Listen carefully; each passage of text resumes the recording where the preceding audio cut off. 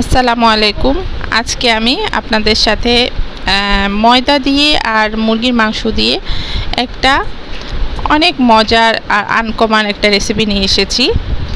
আশা করছি রেসিপিটি আপনাদের ভালো লাগবে, আর ভালো লাগলে চ্যানেলটি সাবস্ক্রাইব করে রাখার অনুরোধ রইল।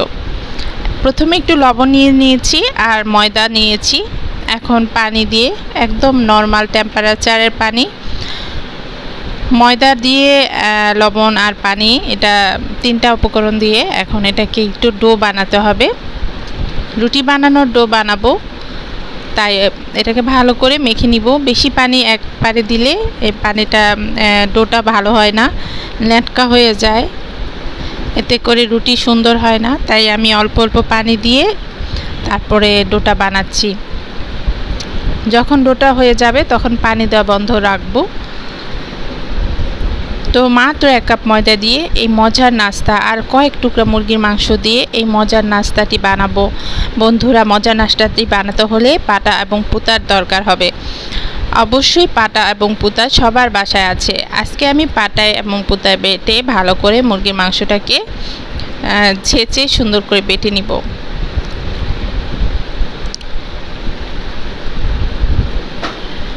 তো মুরগির মাংস দিয়ে এই মাত্র 4টা পিস মুরগির মাংস, ছোট ছোট, কোনো হাড্ডি নেই, একদম হাড্ডি ছাড়া, হাড় ছাড়া।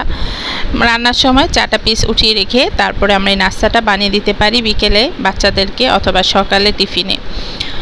আর বড়রাও খেতে পারি, এটা শুধু বাচ্চাদের জন্য নয়, এটা বড়রাও খেতে পারবে। একটু ময়দা ছিটিয়ে নিলাম ওই যে ডোটা বানিয়ে রেখেছিলাম সেই ডোটার জন্য।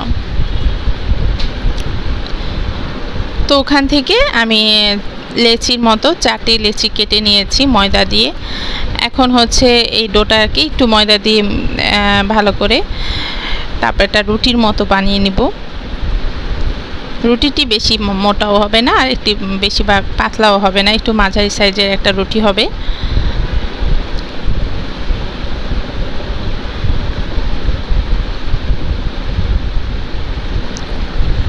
বন্ধুরা, রুটিটা আপনারা যে কোনো সাইজে যে কোনো ডিজাইনই বানাতে পারেন, এটা কোনো কথা না। আমি আমার মতো গোল ডিজাইনে বানিয়ে নিয়েছি। নাস্তাটা যে কেউ বানাতে পারবেন, এটা খুবই সহজ একটা নাস্তা আর ঘরে থাকা উপকরণ দিয়ে বানানো যাবে এত মজার একটি নাস্তা।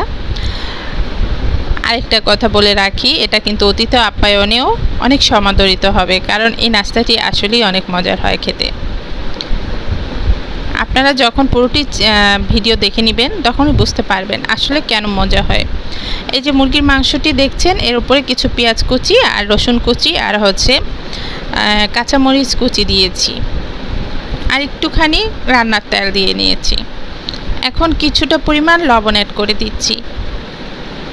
ওই যে বাসায় থাকা উপকরণগুলো সবই দিয়ে নিব, তবে হলুদ গুঁড়োটা আমি দিব না। এখন আমি মরিচ গুঁড়ো দিয়ে নিয়েছি, ধনিয়া গুঁড়ো দিয়ে নিয়েছি। বন্ধুরা, আর একটুখানি গরম মশলা গুঁড়ো দিয়ে নিয়েছি, যেটার মধ্যে এলাচি, দারচিনি, লবঙ্গ এগুলো আছে। এখন সব মিশ্রণ মিলিয়ে আমি কিন্তু ভালো করে মেখে নিলাম। রুটি দুটো বানাইনি, আরও দুটো আছে। এখন একটু টমেটো সস দিয়ে রুটিটার মাঝখানে একটু ভালো করে মেখে নিব, আর হচ্ছে চিকেনের মাখাটা ভালো করে দিয়ে নিব। পাশি রুটিটাতেও একটু সস দিয়ে নিলাম। এখন এটার উপর দিয়ে একটু দিয়ে নিব, কাভার করে নিব। এখন ভালো করে সিল করে নিব। বন্ধুরা, দেখতেই পাচ্ছেন এটাকে সিল করতে অত একটা ঝামেলা পোহাতে হয়নি, জাস্ট একটু টিপ দিয়ে নিয়েছি। এখন এটা একটু নিচ থেকে ভালো করে উঠিয়ে নিয়ে একটি তাওয়া বা প্যানের মধ্যে দিয়ে দিলাম। তাওয়াটা গরম করে নিয়েছি। স্বাভাবিকভাবে আমরা যেরকমভাবে রুটি বানিয়ে থাকি, তাওয়া গরম করে তারপরে রুটিটা দিয়ে থাকি, আমিও কিন্তু তাওয়াটা সেভাবেই গরম করে তারপরে রুটিটা দিব।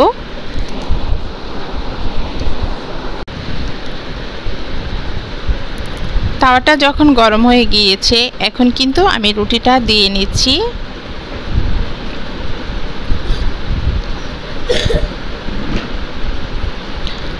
বন্ধুরা, এক পিঠ হয়ে গেলে একবার অপর পিঠও আমরা কিন্তু উল্টিয়ে নিব।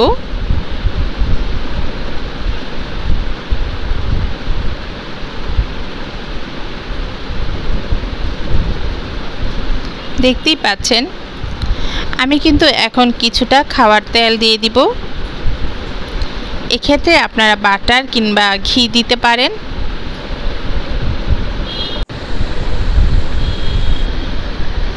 তো বন্ধুরা এখন এটাকে উল্টিয়ে নিব। তেল দেওয়ার পরে একটু ফুলকো ফুলকো হয়ে যাবে, আর এটাকে অবশ্যই ঢাকনা দিয়ে ঢেকে দিতে হবে। এতে করে আপনার ভিতরে যে চিকেনটা ওটা ভালোভাবে কুক হবে। আর একটু চেপে চেপে চেপে চেপে এটাকে ভেজে নেবেন।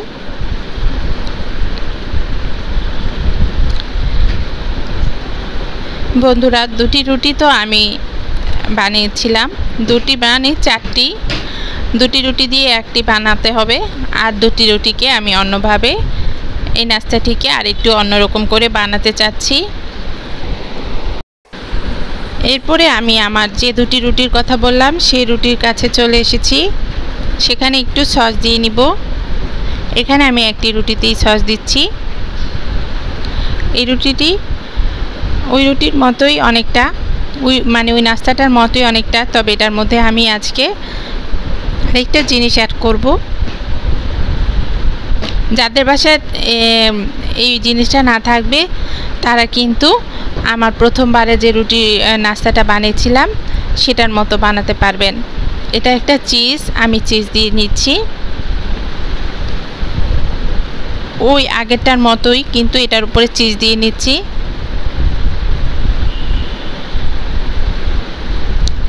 এখন আগে যে রুটিটা সেটাকে একটু দেখব এটা কি হয়েছে নাকি। কয়েকবার আমি এপিট ওপিট করে দিয়ে রেখেছিলাম, এখন ঢাকনা দিয়ে আবার লাগিয়ে রেখেছি, দেখছি কি হয়েছে। তো নামিয়ে নিলাম। এখন পরের যে রুটিটা যেটার উপরে চিজ দিয়েছিলাম সেটাকে একটু সিল মেরে দেব। তো বন্ধুরা দেখলেন তো চারটি মাত্র রুটি দিয়ে কতগুলো মানুষকে পেট ভরানো যায়। আশা করছি ভিডিওটি আপনাদের অনেক বেশি ভালো লাগবে। তো এখন নাস্তাটা হয়ে যাক, আর এদিকে এই নাস্তাটাকে কেটে নিচ্ছি। এটা মোটামুটি 4 জন মানুষ খেতে পারবে, কারণ এই রুটিটার মাঝখান দিয়ে আমি 4টি পিস করব। দেখতেই পেলেন মাত্র কয়েক টুকরো চিকেন আর হচ্ছে 1 কাপ ময়দা দিয়ে কত মজার একটি নাস্তা হয়ে গেল। তো বন্ধুরা আবার আমার নতুন ভিডিওর অপেক্ষায় থাকুন। ইনশাল্লাহ আপনাদের মাঝে ফিরে আসব। ভালো থাকবেন। সবাইকে অসংখ্য ধন্যবাদ। আসসালামু আলাইকুম।